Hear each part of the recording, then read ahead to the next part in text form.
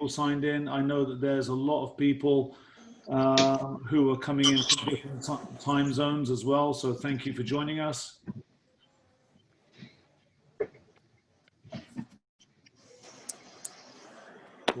We'll give it one more minute and then we'll start.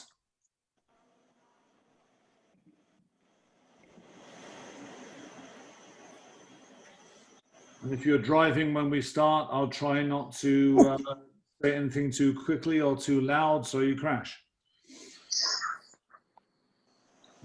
That would not be a good thing. Big Joe, how are you, sir?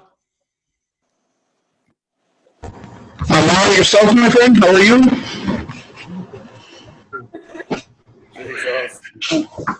Congratulations on Andre Blake, MLS keeper there. Good stuff. Thank you very much. Well, absolutely nothing to do with me. It's all about him. Oh. But I appreciate it. Who is that for? Oh. Damn, he's talking about. So again, coaches, if we could just mute the sound as you come in. You like cookies? Damn right. Some familiar faces showing up here, so I appreciate you coming on from different parts of the world. And again, we will have the opportunity to share a lot of different things as we go through this. Just so you know, if you do have to sign off at any time, this is being recorded and we will share it on YouTube. So if you miss anything, then it will be shared. So it's now 8:01. So we'll go ahead and start. First of all, again, thank you so much for joining us tonight. One of the things that we're all struggling with is trying to continue our education and trying to share ideas and philosophies and learn from each other, especially during these times where the pandemic seems to be shutting us all back down again. So the goal is through the IGCC to try and provide free learning opportunities or sharing opportunities where we can discuss goalkeeping and go over some ideas, partly that I've come across through experience and also through my continuing education with people around the world. So I'm going to share with you a few things tonight, and then as you'll see as we go through this, this is geared towards everyone. This is geared towards every level of the game, because I think this is very appropriate to everyone. There is a part of tonight's presentation that does refer to the MLS and does have some training footage in it. I would ask that if you are capturing this yourself, that you don't broadcast that anywhere, because that's just footage taken from our training grounds. So I'm going to go ahead and share my screen and we'll get started. There is a chat box in the middle at the bottom. If you do have any questions at any time, please feel free to click that, type your question in, and I'll do my very best to get back to you. If for some reason I don't answer your question or get to it or get to you, please email me. My email is going to be on the presentation. It's very, very simple. It's phil@gk1.com. So it's very, very simple. Again, thank you for being here, and we'll get started.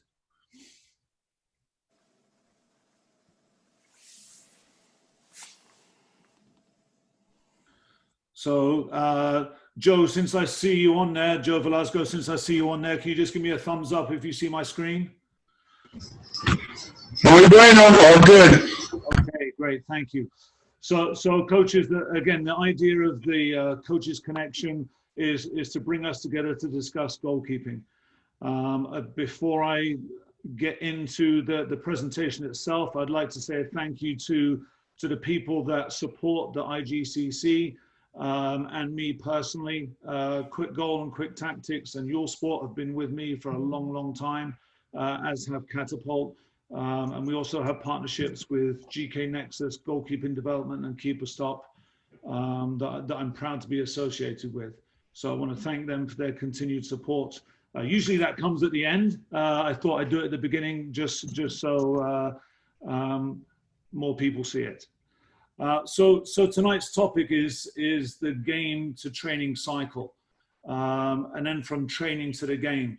One of the things that has been very, very interesting for me during my path through different levels of the game is how different coaches adapt their training sessions through some sort of a periodization. And that doesn't matter if you're training goalkeepers twice a week, if you're training goalkeepers every day, if there are 3 nights of goalkeeper training with a certain club.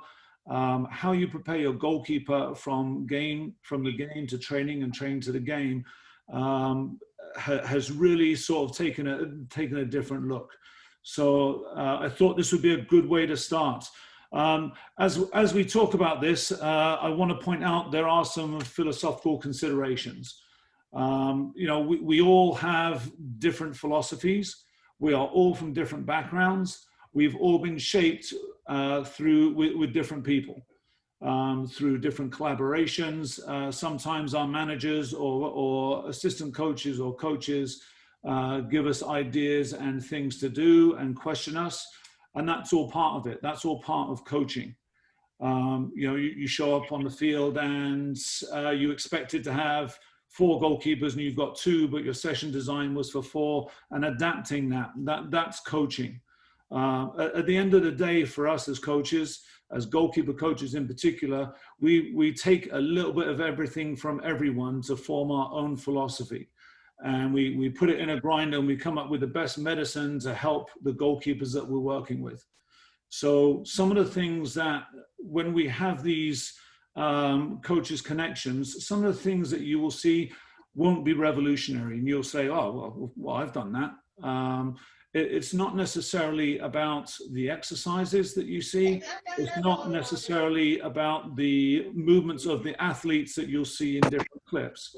And as we go through these series of coaches connections, you'll see clips from the pros, you'll see youth team clips, you'll see youth national team clips.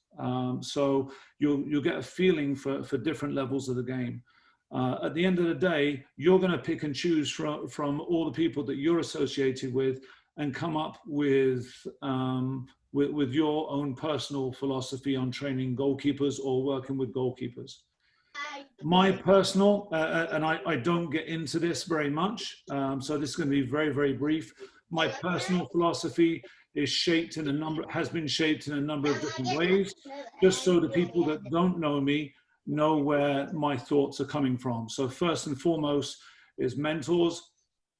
And this is my mentor. He's actually on here right now. So this is Peter Meller. It's not me without a wig on. I'm the tall, good-looking one on the outside. Peter is the one who's follically challenged, standing next to me in the blue shirt. And Peter gave me an opportunity many years ago. It's far too long ago to actually remember. I think it was carved in stone. And he gave me an opportunity and has mentored me through the many different pathways that I've taken since then. And for those of you that know Peter, he's first class in every way. GK1 is a company that I started in 1996 through my passion for goalkeeper coaching, and I've met many different people through that, and ultimately it's led to the IGCC and different goalkeeping education opportunities around the world. I've been in the college game. In the US, I've coached in a number of different colleges, universities. I was fortunate enough to be a head coach as well as an assistant coach. So I've learned a lot of different things. Some things I never thought I would ever encounter in my life. I've encountered, and that has also shaped me as a coach. I was very fortunate to work with different levels of US soccer with the men's national team, the women's national team, through coaching education and different youth national teams. And then I've been in and out of the MLS. I was in the MLS many years ago with New York when they were called the Metro Stars. and I'm currently the director of goalkeeping for the Philadelphia Union. So I'm also still actively involved in coaching at the professional level. So those opportunities have shaped how I feel about coaching, how I feel about the approach to coaching goalkeepers. For me in particular, coaching goalkeepers revolves solely around the game. And I preach this over and over and over, and I question coaches and say, how does that relate to the game? When would that occur in the game? And is it realistic to what is demanded of the goalkeeper? So the moments in the game, as you know, in possession, out of possession, and that moment in between, transition. Now, actually, if you talk to a lot of other coaches, they'll add a fourth moment, and that fourth moment would be set pieces. The skill set that the goalkeeper needs, he or she needs to be able to deal with the ball in possession. They need to deal with the different scenarios and situations that occur out of possession, and they've got to be able to move and adapt and adjust and support in that moment of transition. So that's my philosophy. That's where it comes from. I understand that everyone who's on with us now, you have different circumstances. You're in different places. There are a lot of different things that impact your philosophy and what you can and cannot do. So, for example, and we'll get into it in a minute, but these three things in red will 100% affect how effective you are with your goalkeepers. So understanding their age and ability of the athletes. Obviously, we all do that, or we all try to do that. You do that in conjunction with the manager or the club philosophy that you're involved with. For example, the club that I'm involved with plays a particular style of football or soccer, and the goalkeepers are asked to perform certain functions in our system that they may not have to do in other systems. Therefore, their skill set might have to be slightly different. This shapes your approach to training. And within that training, if you look at our back four here, if you look on number 3, is the type of season or competition that you're preparing for. And this actually hit me last year and the year before when I was talking to Jason Grubb, who's head of academy goalkeeping for the Houston Dynamo. And in a conversation with Jason, he was talking about preparing goalkeepers to play 7-a-side. And I really hadn't factored that in, and I'm getting up there in years now. I hadn't factored that into some of my training sessions when I'm working with younger kids. So if they're not playing in a full-size goal, obviously they shouldn't be in a full-size goal. If they're playing 7-a-side, how many times is the ball actually crossed into the air? So why are we spending so much time with dealing with crosses when at 8 years old, that ball isn't necessarily purposefully clipped into the air? So knowing and adapting your training to the level at which your athletes are playing is critical. Your methodology, and this is something that you all have different thoughts on. And this can be as simple as the type of service that you give. It can be the type of footwork that you do. Do you use a lot of cones? Do you not use cones? Do you use ladders? What do you use to impact your training environment? The environment itself, where do you train? How often do you train? What is the surface like? What are the weather conditions? And so on. And then, as I said before, your experiences really shape who you are as a coach. And that doesn't mean your playing experience. There's this misconception that you have to have played at a high level to be a good coach. And there was a manager, an Italian manager, Arrigo Sacchi, who said, does that mean to be a jockey, you have to have been a horse first? And the answer is obviously no. So your experiences can be experiences with other coaches. coaching at different levels, things you've heard, things you've read, things you've watched. So those are sometimes learned experiences through the different avenues that we have to do that. Some of the things also shape what you have to deal with. When you look at this slide here, and a lot of these things apply to all of us when we're dealing with how we shape our philosophy and how we deal with coaching and how we deal with working from the game to training and training to the game. Travel, for some of you, there's a lot of people that are driving to and from events, weather, injuries, the tactics of the opposition, their strengths and weaknesses, your facilities and the space.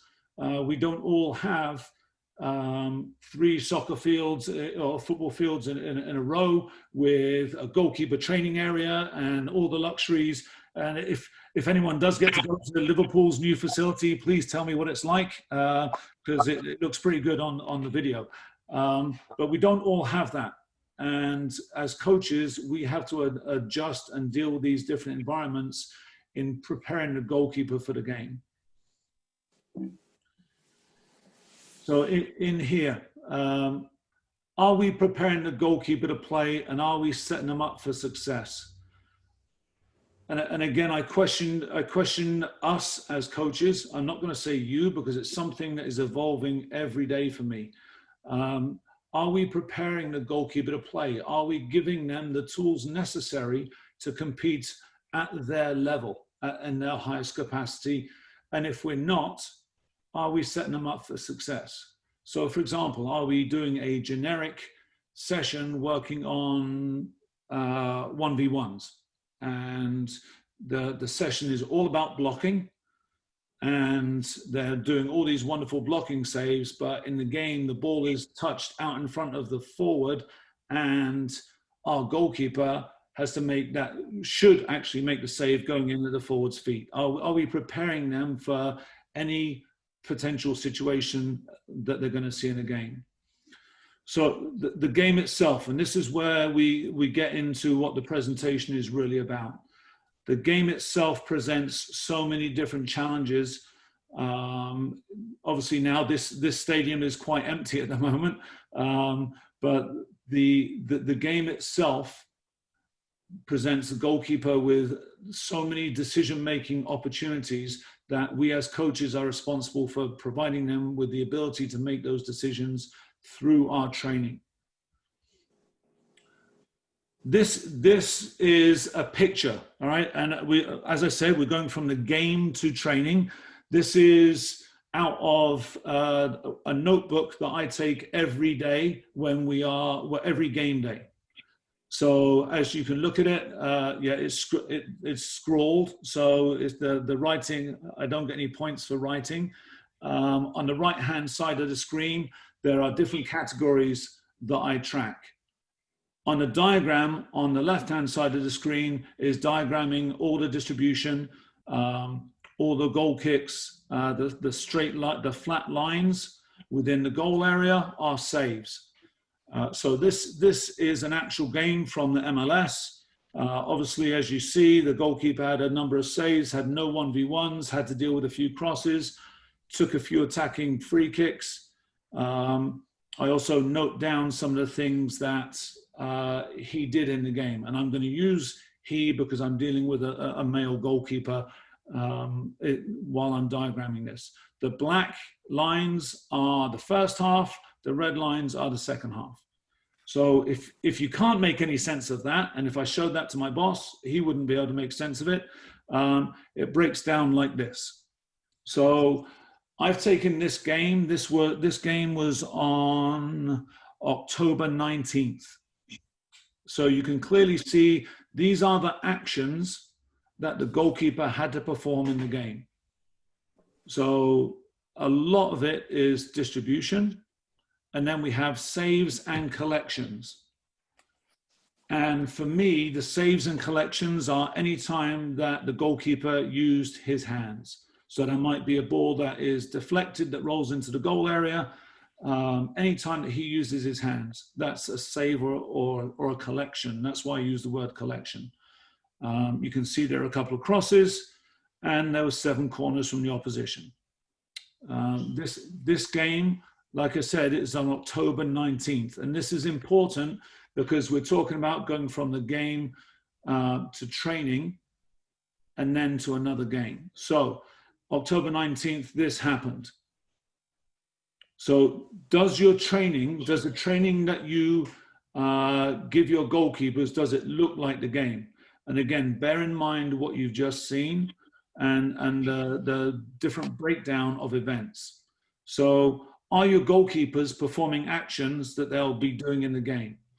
And there's a disclaimer to this because myself included, in a warm-up phase of our sessions, some of you get your goalkeepers from school. So they're coming to you from school. It's 3, 4, 5 o'clock in the afternoon, sometimes later, and we have to try and generate some enthusiasm, and we play games. We do something that's fun, that probably doesn't relate to the game.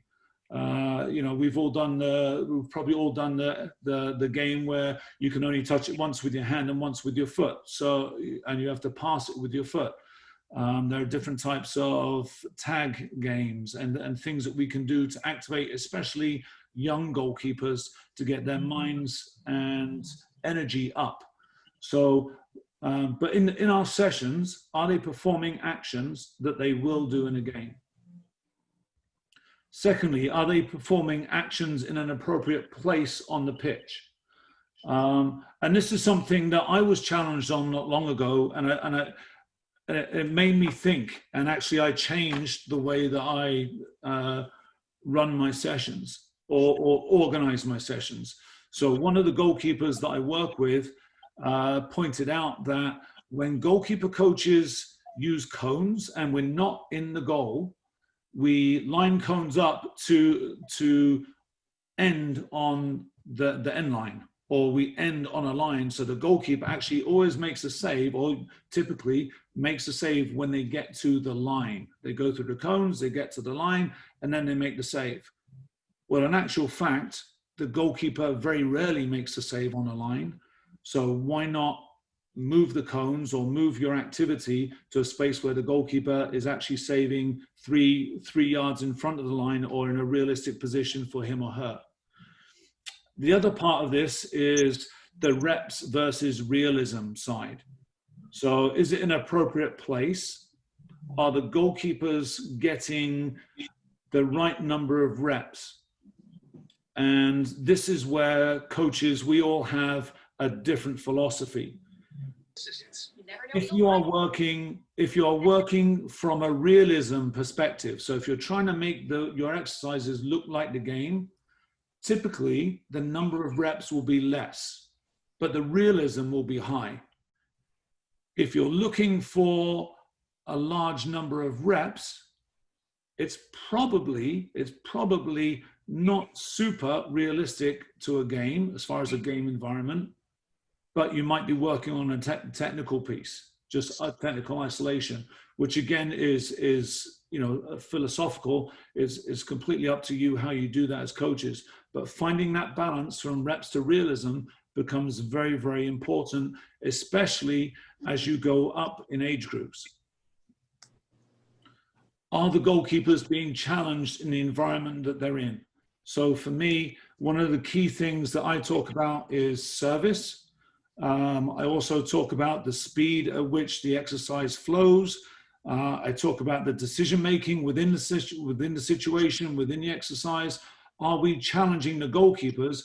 If we are not challenging the goalkeepers and they're going through the motions, then they're obviously not going to improve.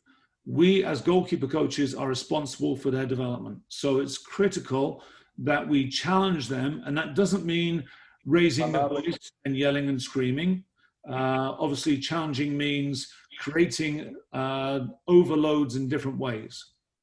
So is the service realistic? Does it have pace? Is it coming from the right angle? Is it a moving ball? Is it a stationary ball?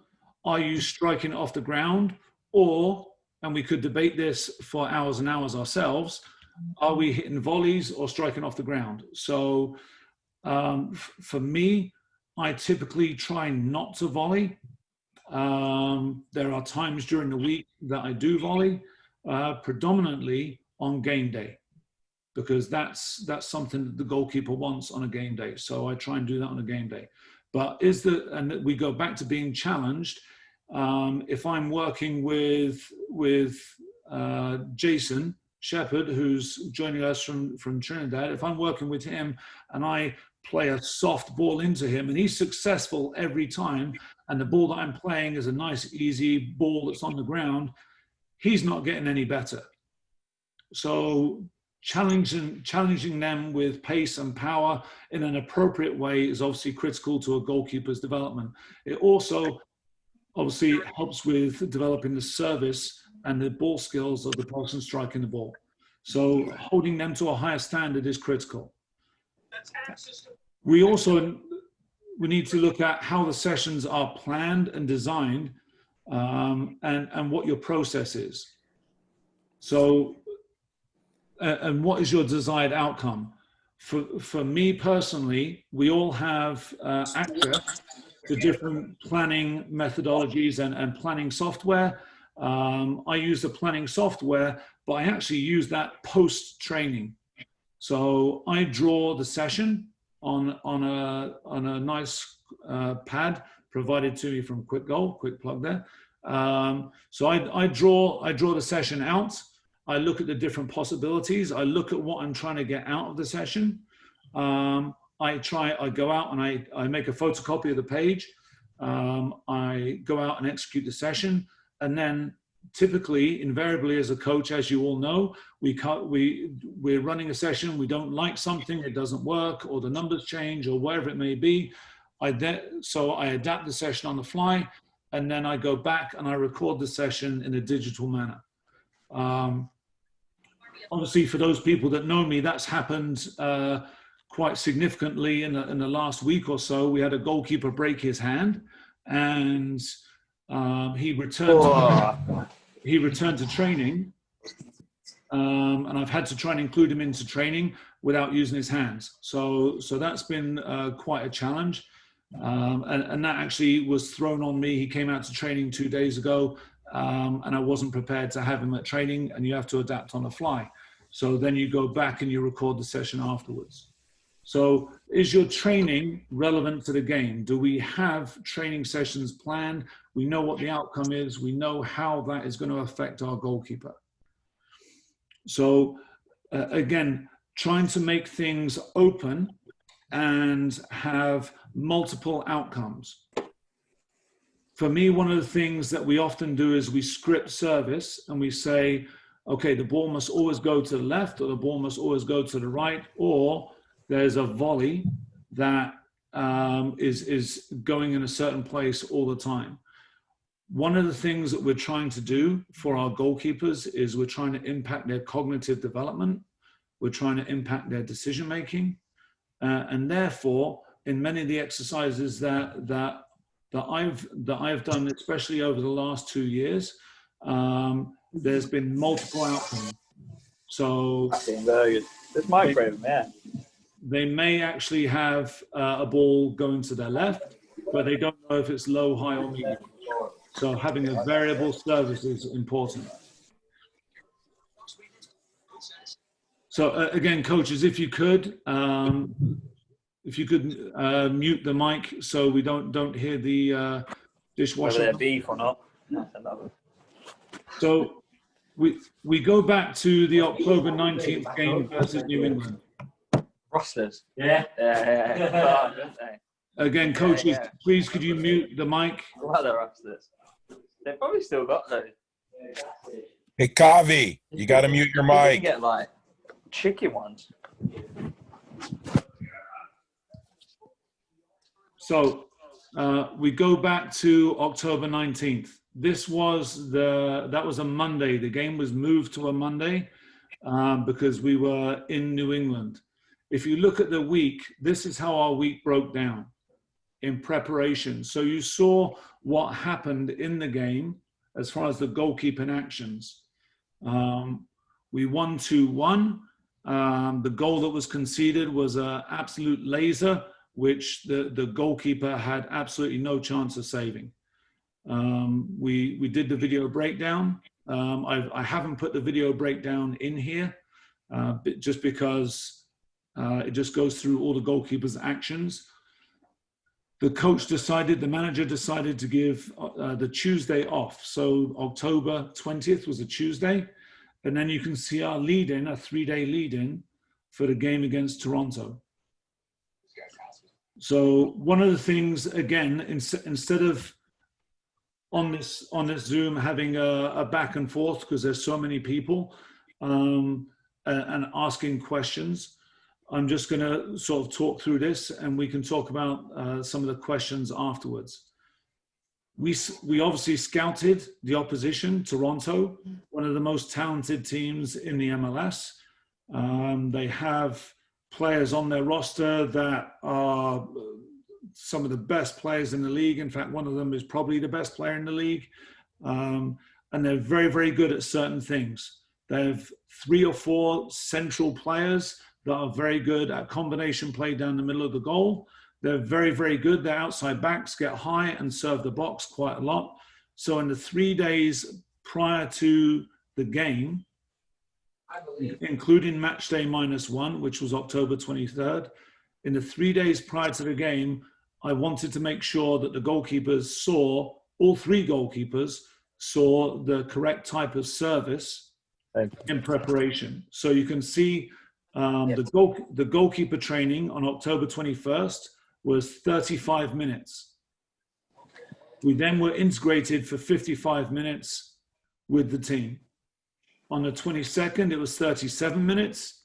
And then on game day -1, it was 19 minutes with the goalkeepers. So you have to maximize the opportunities your goalkeepers have to touch the ball, and you've got to be creative and make sure that they are seeing the ball from the angles and situations that they had. So I'll show you about a 2-minute clip of video, and I'll talk through it as we go, just so you can get an appreciation for the why. As a coach, I have often been very critical, especially when I was a little bit younger, of other coaches and their exercises, which is easy to do because you can look at something and say, oh, I'd never do that. But in the past number of years, I've tried to condition myself to ask the question, why? Why does the coach do that? So if you have questions on the why, again, please feel free to, I think I've sort of prefaced it with the strengths of Toronto, but please feel free to write something in the chat box if you like. So this is the first one. This is the first day back after a day off, and there are clips of the progression of training. So thinking about 1v1, thinking about making different types of shapes. Again, not a scripted service. The ball's coming off the ground. They just have to adjust and make the shape. Second phase of this is a reload. So after making a save, getting back to your feet and then making another save.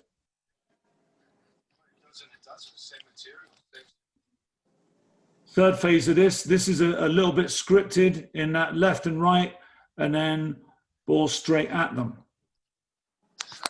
So again, the pace of the ball is either they have to push it away or they can hold on to it. Third one. Dad, so much for this shirt. Four reaction saves using smaller soccer balls, and then two shots from angles, one slightly more central. And again, obviously, as most coaches do, we do it to both sides. Just forcing the goalkeeper to move.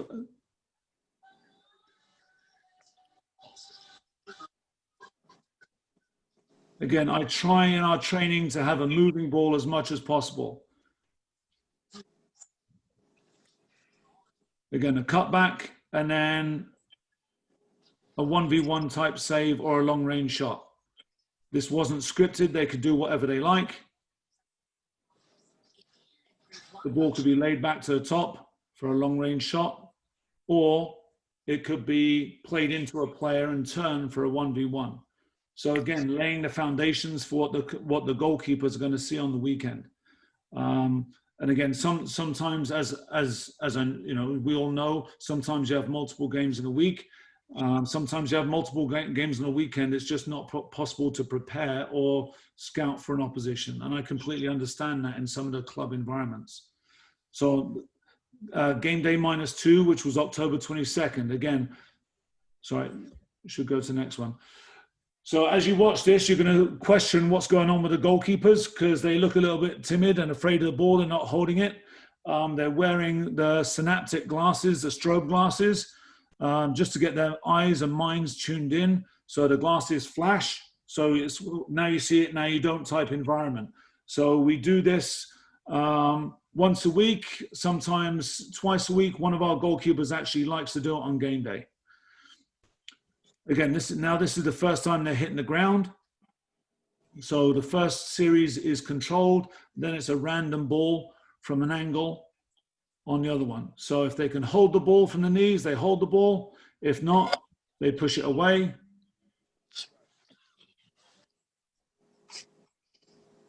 And again, repeating from both sides. Again, we talked about central combinations, and here we have just an exercise where the goalkeeper is just at the top of the 6-yard box, just making different types of saves. The 3 of us that are out there, it's not scripted. I start with a ball and then anything goes. They can turn and go 1v1. They can lay it back and I can shoot. They can do whatever they like. So in here, you'll see the ball goes across to one of the goalkeepers and it's so tight that the ball goes underneath.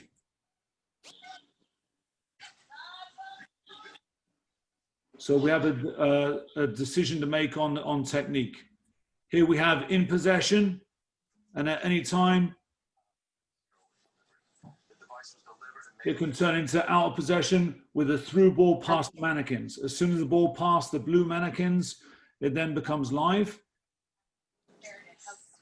So again, that's not scripted, trying to force the goalkeeper into making decisions while also trying to watch the path of the ball.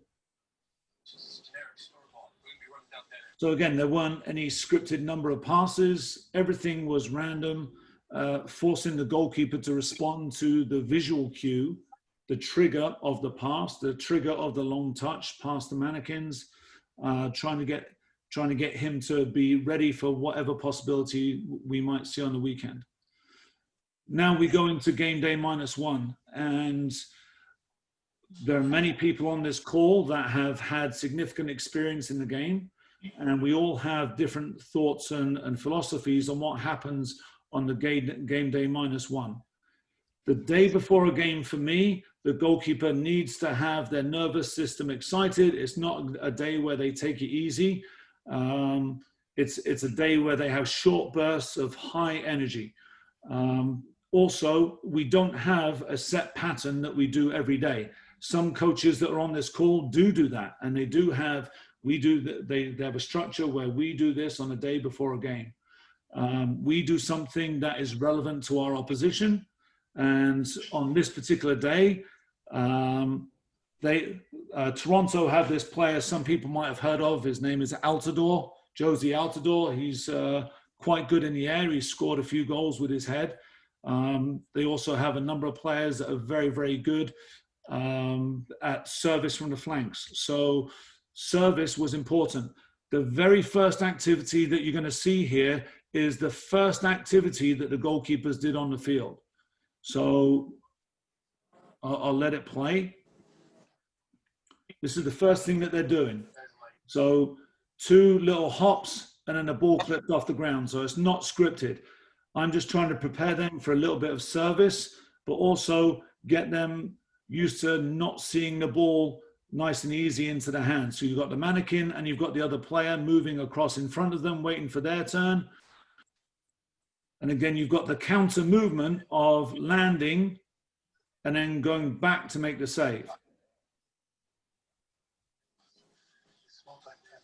So again, it's not revolutionary,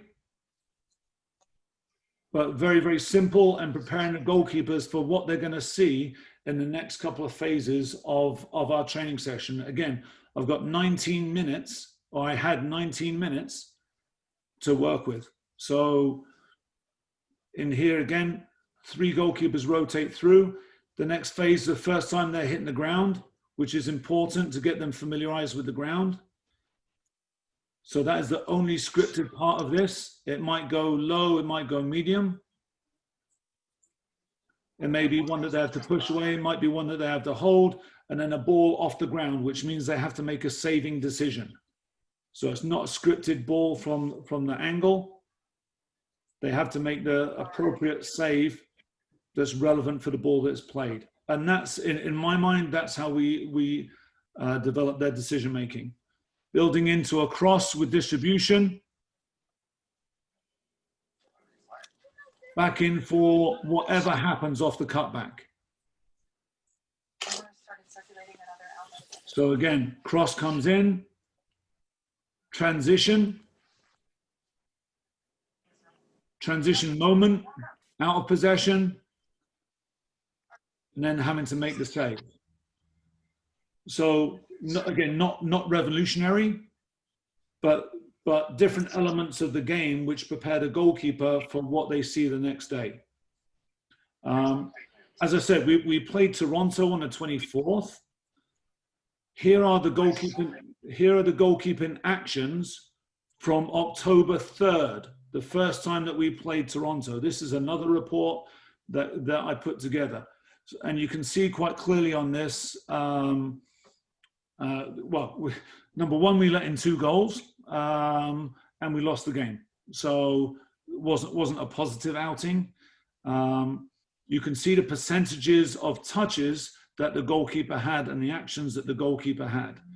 These stats are based entirely off of what I take on the bench, not off of the different factors that you have out there. So when you look at this, the goalkeeper had 11 goal kicks. 11 goal kicks.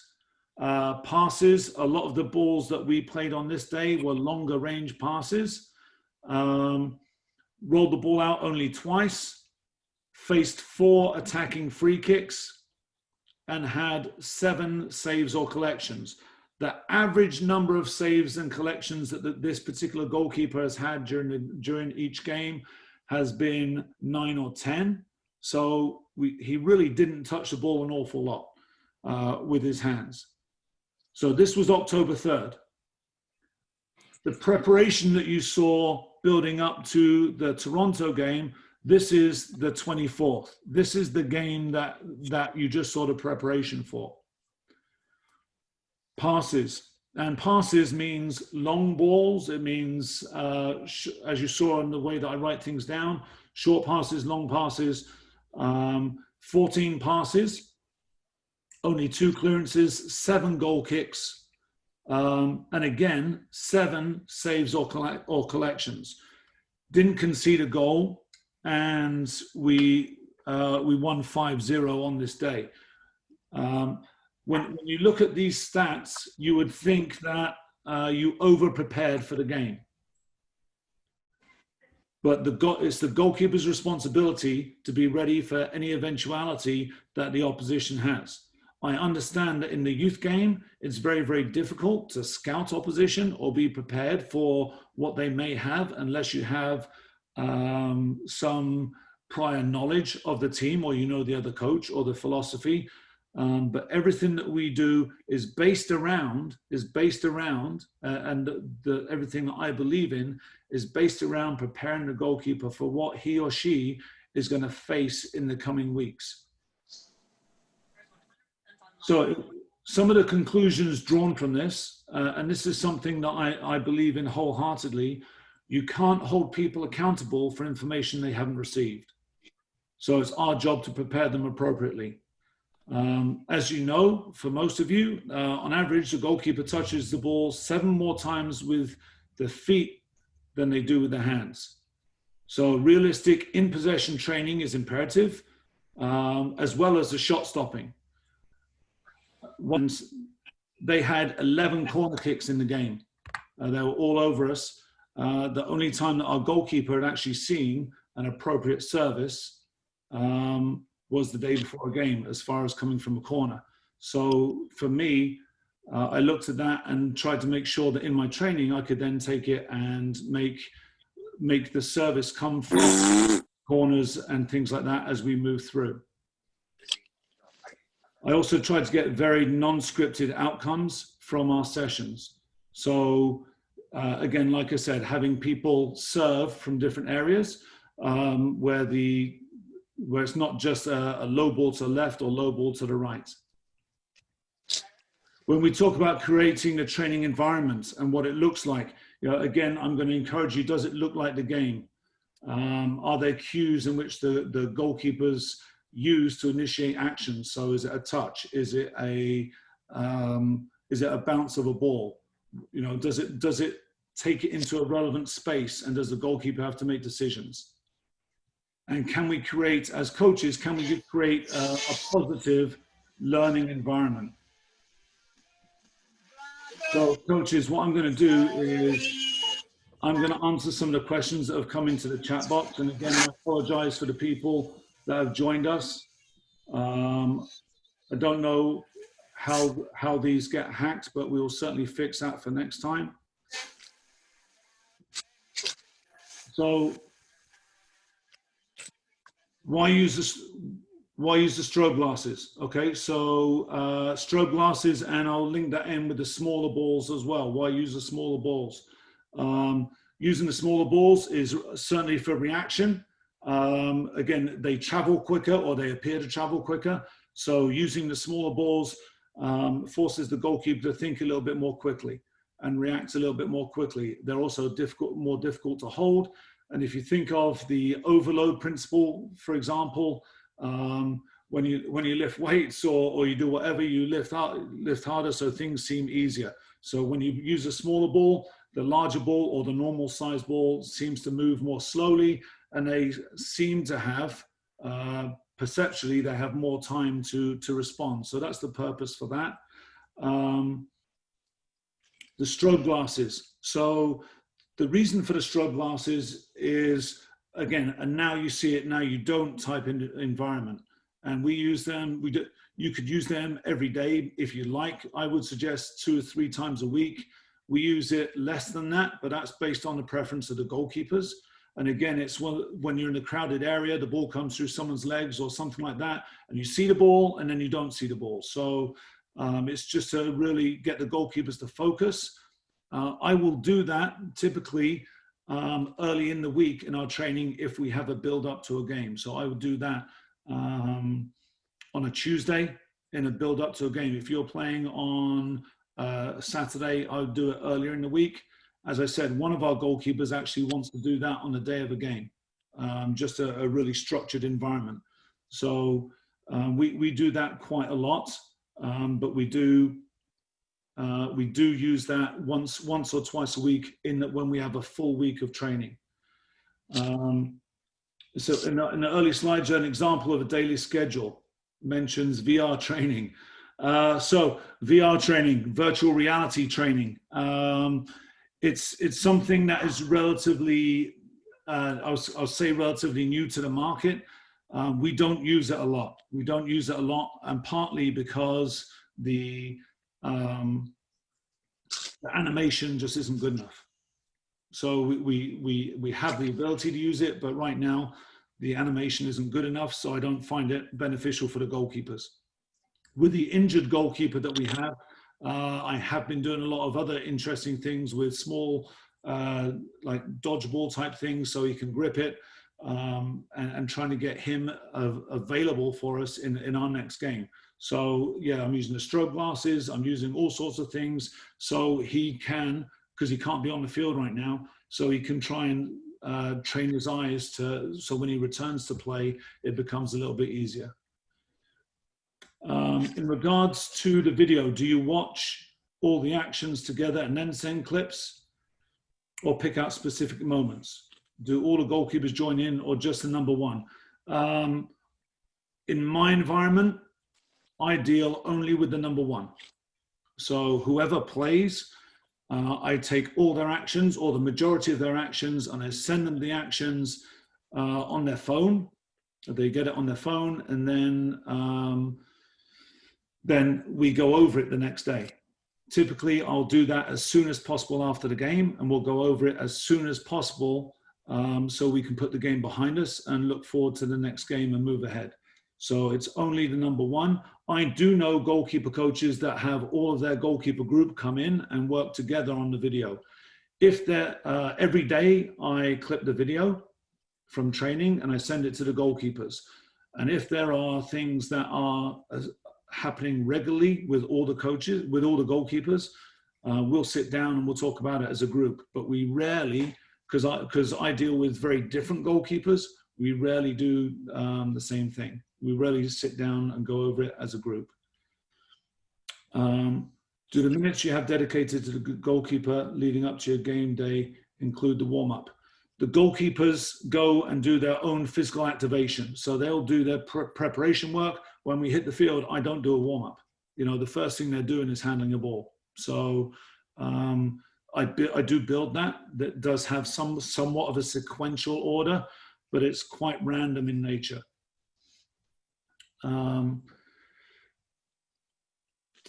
Data. So this Jake asks, you know, do you find that tracking collections skews the data? I'm not using the data for anyone else. The only people that see the reports that I put together are the head coach and the other coaches. So I don't share that publicly. I don't go out and say and have confusion between the different companies that do that, do data. I do use it only for the coaching staff. How often Brian asks, how often do you get field players to help in your session? Not as often as I would like. And one of the things that I've tried to do actually, and I would recommend this for any of the coaches that have this ability, I've tried to use injured players. So if they have an injury and they're returning to play, and they can return to play in a controlled environment, I control the environment, I script what they're going to do in collaboration with our training staff, and I do use them when possible.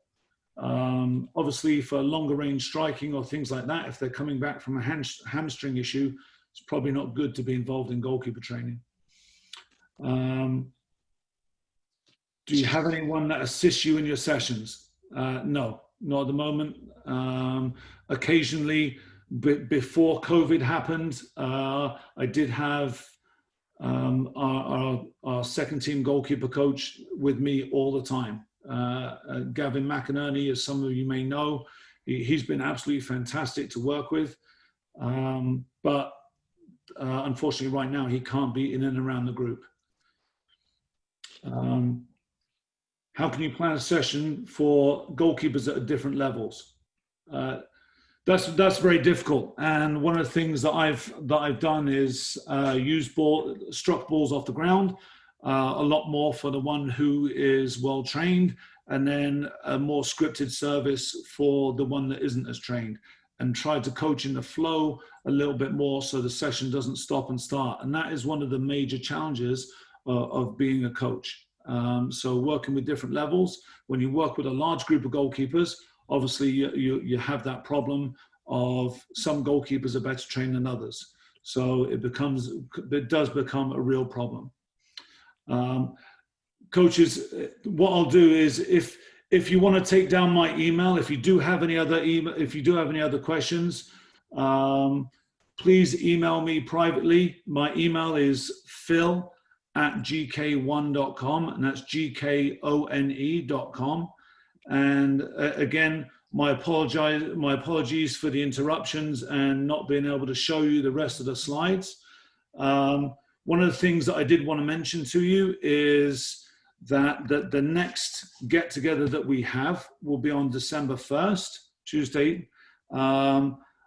We will put something out on Instagram relatively shortly, and the subject matter will be entirely up to you. So if you have something that you want to talk about, if you have something that you want to get thoughts and opinions on, I'll leave it 100% up to you, and I'll put something together for you. But again, I really appreciate you being on. Can someone type my email? Again, Phil, P-H-I-L, @gkone.com. And again, I apologize that this recording won't be shared for obvious reasons, but we will find out, we will find a way to get the information to you. What I may do, since everyone signed up using email, is I may email you the PowerPoint itself in a PDF version. Okay, if people want that, I'm more than happy to share. And again, I can say this: the data that is on there is not is data that I've taken. It's not someone else's data. Obviously, the video would not be included in that presentation. But just want to say again, thank you so much for joining me. Again, we wanted to try and provide something for you for the goalkeeping community as we're now going into this lockdown period again. And I'll be out with you again on December 1st. In the meantime, if you have any questions, if you have anything that you need, if I can help you in any way whatsoever, please get in touch. Doesn't matter where you are, I'll respond to everyone's emails. So thank you very much, and have a good night. Thank you. Thanks, Phil. Have a good one.